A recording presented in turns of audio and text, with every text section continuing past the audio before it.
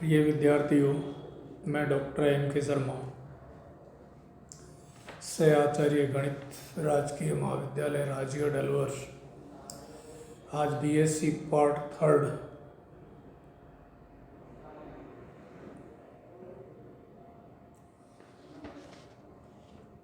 गणित वर्ग के विद्यार्थियों के लिए द्वितीय पेपर सम्मिश्र विश्लेषण से संबंधित अध्ययन करवाने जा रहा हूँ। सम्मिश्र विश्लेषण में आज आपको विश्लेषिक फलन के संबंधित कॉन्सेप्ट मिल्न टॉमसन रचना विधि के बारे में आपको बताऊंगा।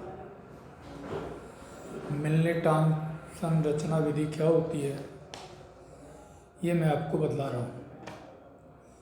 जब एक संयुग्मी फलन आपको दिया हुआ हो तब विश्लेषिक फलन एफ जेड का हम निर्माण कैसे करते हैं ये मिल्न रचना विधि के माध्यम से आपको बतलाया जाएगा। माना एफ जेड बराबर U X Y plus iota V X Y कोई सम्मिश्र फलन आपको दिया हुआ है और ये सम्मिश्र फलन एक विश्लेषिक फलन है। यहाँ u तथा v संयुग्मी फलन है। z बराबर x प्लस आयोटा y तथा z बार बराबर x माइनस आयोटा y होता है।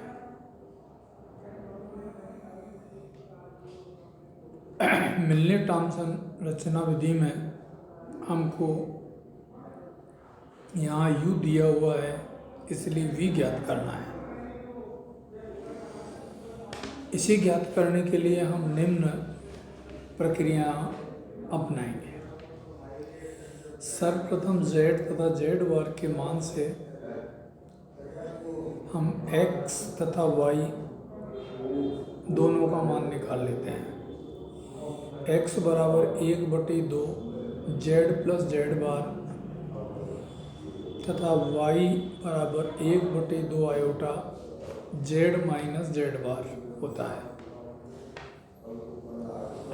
इसलिए एफ जेड बराबर u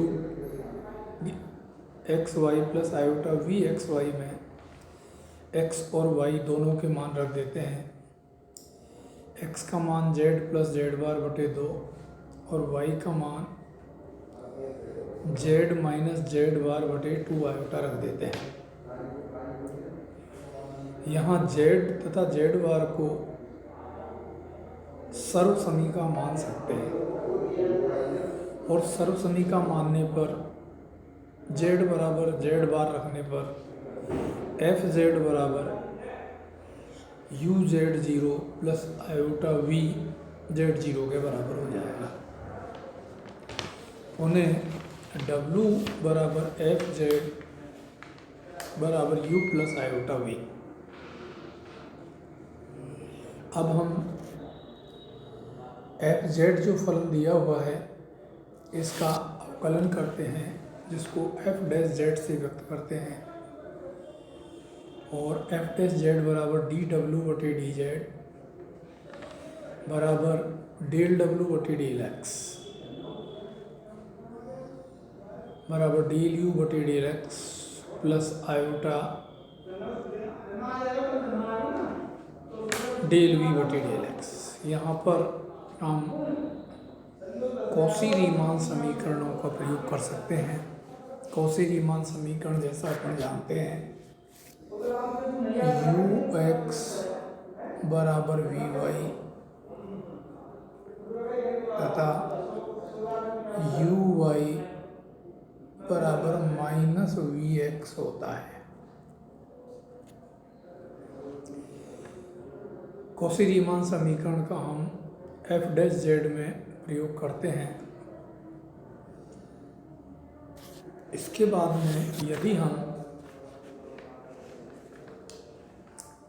डेल यू बटे डेल एक्स को फाई एक्स वाई और डेल यू बटे डेल वाई को साई एक्स वाई मान लेते हैं तो एफ डैश जेड फाई और साई के रूप में आपको प्राप्त होता है। एफ डैश जेड बराबर phi X Y minus iota psi X Y बराबर जेड के रूप में phi Z zero minus iota sine Z zero होता है। अब हम इसका समाकलन कर देते हैं तो एफ जेड का मान समाकलन phi Z zero minus iota sine Z zero D Z plus C प्राप्त हो जाता है। अतः जब साई एक्स वाई दिया हुआ है एफ जेड निर्मित हो जाता है। इसी प्रकार से जब वी एक्स वाई दिया होगा तब भी हम प्रदर्शित कर देंगे। यहाँ पर आपको यू एक्स वाई दिया हुआ था। इसको एक उदाहरण की मदद से मैं आपको स्पष्ट करता हूँ।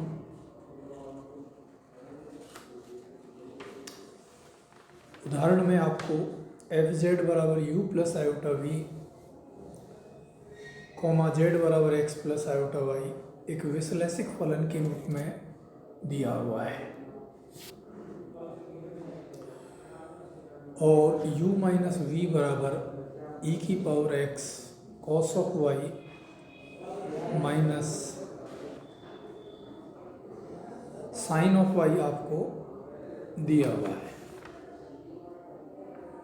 अपन को एफ जेड को जेड के पदों में ज्ञात करना है। चूंकि विद्यार्थियों एफ जेड बराबर यू प्लस आयोटा वी है, इसको दोनों पक्षों में आयोटा से गुणा करके हम लिखते हैं।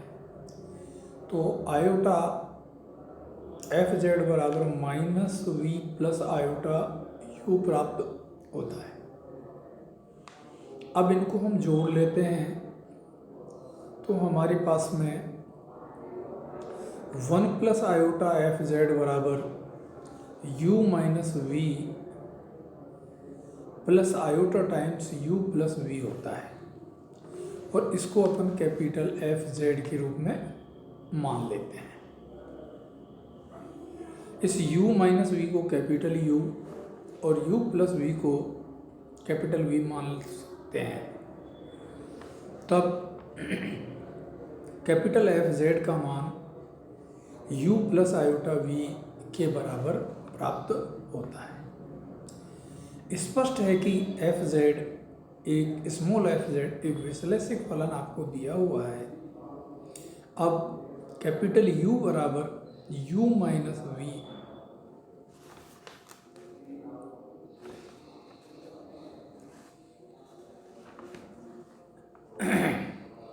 जिसका मान आपको दिया हुआ है e की power x cos of y minus sine of y। अपन डेल कैपिटल U बटे डेल x निकालते हैं और डेल कैपिटल U बटे डेल y निकालते हैं। विद्यार्थियों डेल कैपिटल U बटे डेल x को अपन फाई एक्स वाई और डेल कैपिटल U बटे डेल y को अपन साई एक्स वाई मान लेते हैं। मिलने रचना विधि से कैपिटल एफ डैश जेड बराबर phi Z zero minus iota psi Z zero के बराबर होता है। इनके मान रख देते हैं तो अपने पास में एफ डैश जेड बराबर 1 प्लस आयोटा ई की पावर जेड प्राप्त हो जाता है। दोनों पक्षों का हम समाकलन करते हैं तो एफ जेड बराबर समाकलन 1 प्लस आयोटा ई की power Z D Z plus C के बराबर प्राप्त होता है। और यहाँ से विद्यार्थियों आपको एफ जेड बराबर ई की पावर जेड प्लस सी 1 प्राप्त होता है। इस प्रकार से हम मिलने रचना विधि का प्रयोग करके एफ जेड को जेड के पदों में भी ज्ञात कर लेते हैं। विद्यार्थियों ऐसे ही अन्य उदाहरण आपको पुस्तक में दिए हुए हैं, क्या है, एफ जेड का मान बदल जाता है तो सवाल की सारी गणनाएं चेंज हो जाती है। अन्य उदाहरण आप पुस्तक में प्रयास करें। विश्लेषिक फलन का अध्याय यहीं समाप्त होता है। अब थोड़ी भूमिका में अगला अध्याय, जिसको फलनों की श्रेणी का एक समान अभिसरण तथा घात श्रेणी है, अगला अध्याय जिसका नाम है फलनों की श्रेणी का एक समान अभिसरण तथा घात श्रेणी। इससे संबंधित कुछ कॉन्सेप्ट्स आपको बतलाऊंगा। एक समान अभिसरण के बारे में पूर्व में भी हमने अध्ययन किया है। यहाँ पर भी सम्मिश्र विश्लेषण के अंदर वो अध्ययन होने जा रहा है।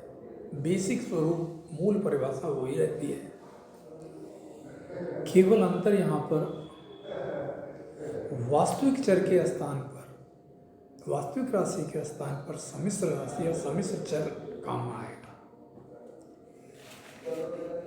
फलनों का अनुक्रम SNZ किसी संवृत परिबद्ध प्रांत D में सीमा फलन SZ को एक समान अभिसृत होता है यदि प्रत्येक स्विच एप्सिलॉन ग्रेटर देन 0 के लिए धनात्मक m एप्सिलॉन, जो केवल एप्सिलॉन पर निर्भर है, विद्यमान इस प्रकार से है कि प्रत्येक z के लिए मापांक SNZ minus SZ less than epsilon हो। ये अंडरलाइन जो, इस स्थिति में फलनों का जो अनुक्रम है, अगर इस प्रतिबंध को संतुष्ट करता है, मापांक SNZ minus SZ less than epsilon को, तो संवृत परिबद्ध प्रांत D के प्रत्येक बिंदु पर यह एक समान अभिसृत होता है। फलनों के अनुक्रम का एक समान अभिसरण के लिए कोशी का सामान्य सिद्धांत क्या कहता है? किसी परिबद्ध संवृत प्रांत D में अनुक्रम SNZ के एक समान अभिसारी होने के लिए आवश्यक एवं पर्याप्त प्रतिबंध है कि किसी एप्सिलॉन ग्रेटर देन 0 के संगत ऐसे धन पूर्णांक m जो केवल एप्सिलॉन पर निर्भर है तथा p विद्यमान है, ताकि प्रत्येक z बिलोंग्स टू D के लिए SN plus P Z minus SNZ मापांक less than epsilon for all n greater than equal to m comma p greater than equal to 1। ऐसी स्थिति में जो फलनों का अनुक्रम है वो कोशी सिद्धांत से एक समान अभिसृत हुआ। ये अनुक्रम का एक समान अभिसृत सामान्य तथा कोशी के अनुसार एक समान अभिसृत होने की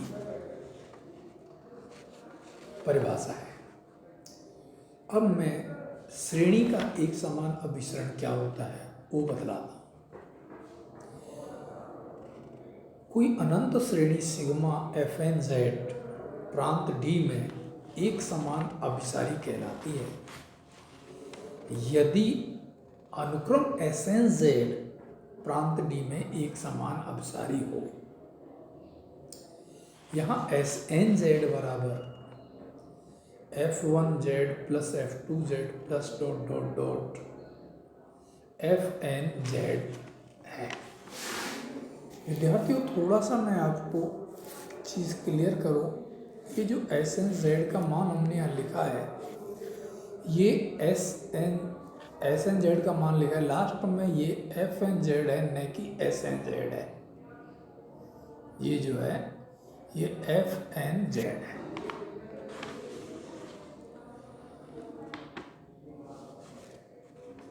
या तो श्रेणी अपसरण का ये परिभाषा काम आएगा। दूसरी परिभाषा और भी है, एक परिबद्ध संवृत प्रांत डी में परिभाषित फलनों की अनंत श्रेणी सिग्मा एफ एन जेड एक समान अभिश्रित होगी यदि और केवल यदि दिए हुए न्यून धनात्मक एप्सिलॉन ग्रेटर देन 0 के लिए धनात्मक पूर्णांक एम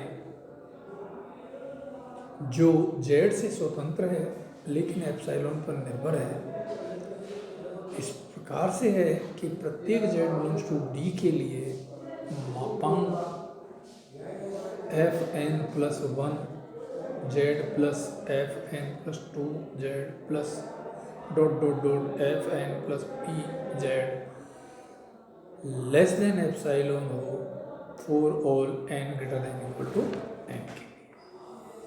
ये विद्यार्थियों मैंने आपके लिए अनंत फलनों की श्रेणी और अनुक्रम दोनों के एक समान अभिसरण होने की परिभाषा बताई। इससे आगे अपन अगले व्याख्यान में अध्ययन करेंगे। आज का अध्ययन यहीं समाप्त करते हैं। धन्यवाद।